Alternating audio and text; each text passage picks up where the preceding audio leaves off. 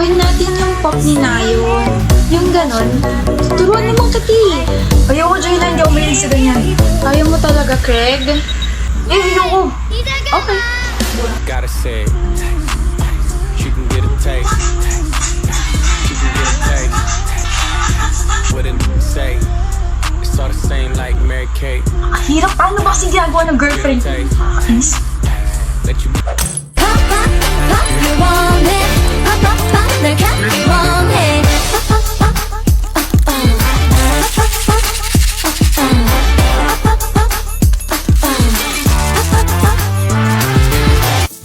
Nagawa ko! Nagawa ko! Nagawa ko! Nagawa ko! Kanina ka pa dyan? Akala ko ba ayaw mo at hindi ka mahilig sa ganyan? Hindi ako matiis. Mahal mo talaga ako, no? Malamang mahal kita. Saka sasamahan kita sa gusto mo. Kaya halika na, gawin na natin yung pop-up ng bias mo. Pop lang, hindi pop-up, Craig. Ano yan, paputok? Whatever.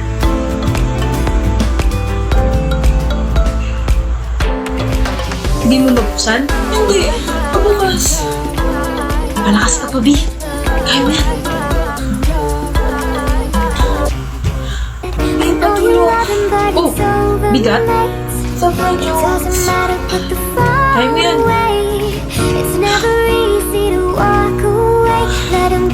Di pa ba nga na rin mo? May kamay ka, diba? Abutin mo. Samahan mo ako sa register bukas, ha? Inayaw mo nga pumasok sa school dati na wala ako, diba? Ayaw mo na rin yan. Nakakainis ka na. Bakit ka ba ganyan? Ganyan. Ayaw mo na akong tulungan sa lahat. Kailangan mong kumilos at masanay na walang tulong ko. Bakit? May iba ka na ba kaya ka ganyan? Sa ibang mo na ba ginagawa yung mga ginagawa mo sa akin dati? Ano? Alam mo, bahala ka sa buhay mo. Nix! Ate, tara na. Matagal niyo na bang alam? Matagal niyo na bang alam na may sakit siya? Kaya pala hindi niya na ako tinutulungan sa mga bagay-bagay kasi alam niya nang mamamatay na siya. Sinasanay niya na pala ako mamuhay na hindi dumidepende sa kanya. Pero sana nagsabi siya para naman nakapag-prepare ako. Kasi yung huling usap namin, sinabihan ko siya na baka may iba na siyang babae. Inaway ko siya tsaka tinalikuran. Ate Nix, yun na pala yung huli.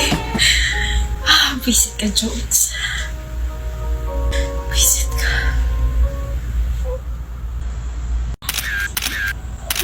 Ginagawa mo? Papapansin sa'yo. Napansin na katatabi. Maiko! Will you marry me? No. Okay. Nagpapapansin ka na naman ba kaya? Hindi, no. Ikaw na kaya yung nagpapapansin sa akin. Ngayon napansin na kita, pwede mo na ako maging crush. Utak mo may ubo na naman. Maiko! Ano? Will you marry me? No. Okay. Ano na namang ginagawa mo? Shh. Dinadasalan na kita na sana magustuhan na kita kasi kawawa ka naman. One-sided lang kasi yung feelings mo for me eh. Akala ko ba gusto mo ko? So, ina-acknowledge mo na talaga yung presence and feelings ko for you. Will you marry me, Maiko? Ewan ko sa'yo. Ah! Hindi na no yung sagot mo. Ibig sabihin may chance na ako. Wala.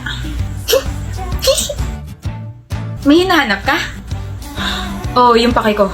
Nandito sa bulsa ko. Ako hinahanap mo, no? Feeling. Aminin mo na. Wala akong aaminin. Ako meron. Nag-iipon na ako para sa kasal nating dalawa, no? Ito ang ipon ko. May 10 pesos na. Uy! 110 pesos na. Good luck sa pag-iipon natin. Maiko. Will you marry me? Maybe.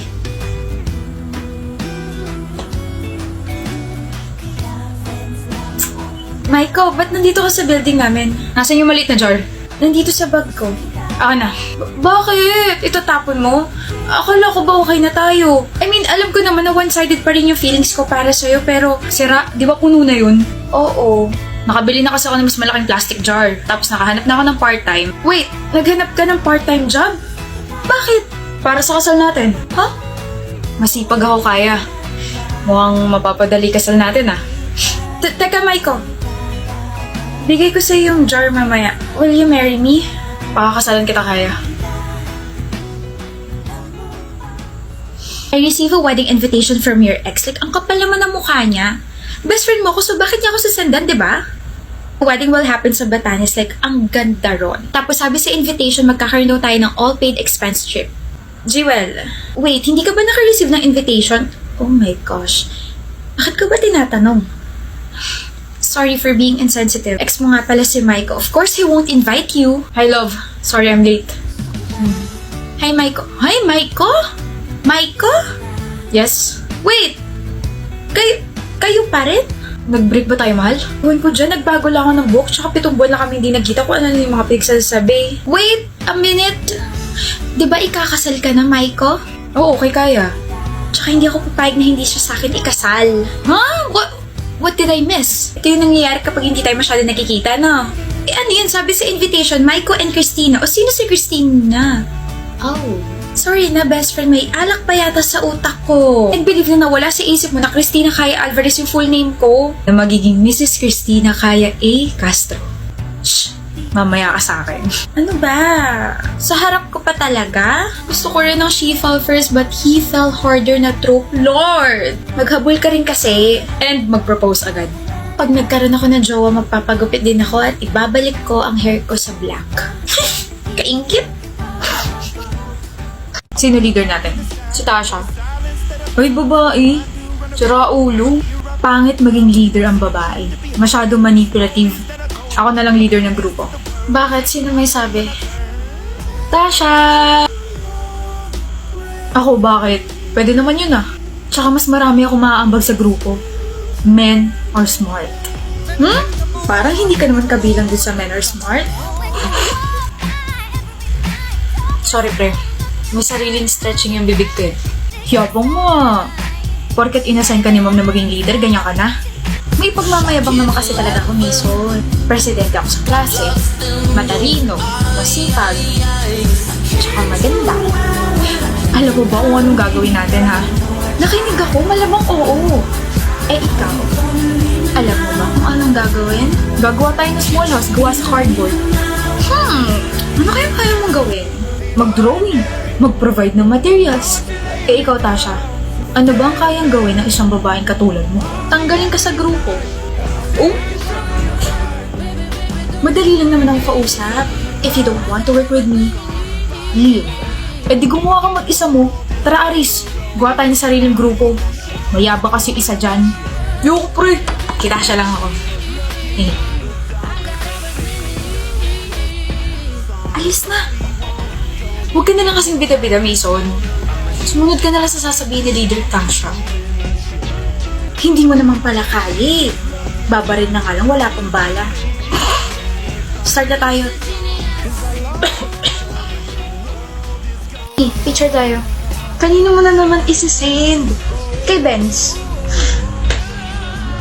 Nasaan na yun? I'm ready. Picture na. Teka, may na-realize lang ako. Bakit kayo magka-chat ni Benz? Bakit kayo magka-chat ng crush nating dalawa? Ha? Ay. Balita ko kayo na raw ah. Paano mo nalaman?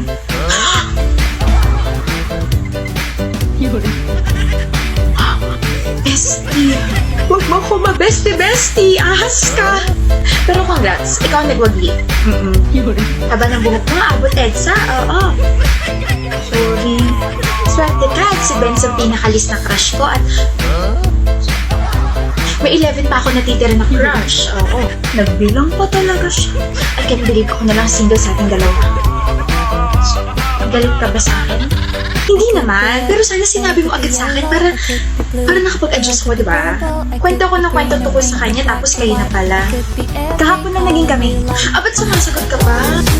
Sorry na, Nati. Basta ba ilakad mo ako sa kuya ma? Pogi rin si John rin. Kuya!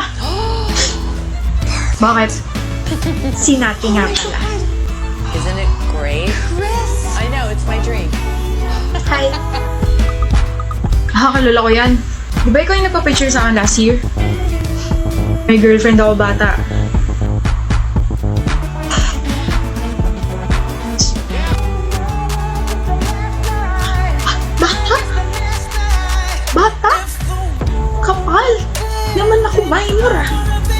na lang yung crush ko, Jerry.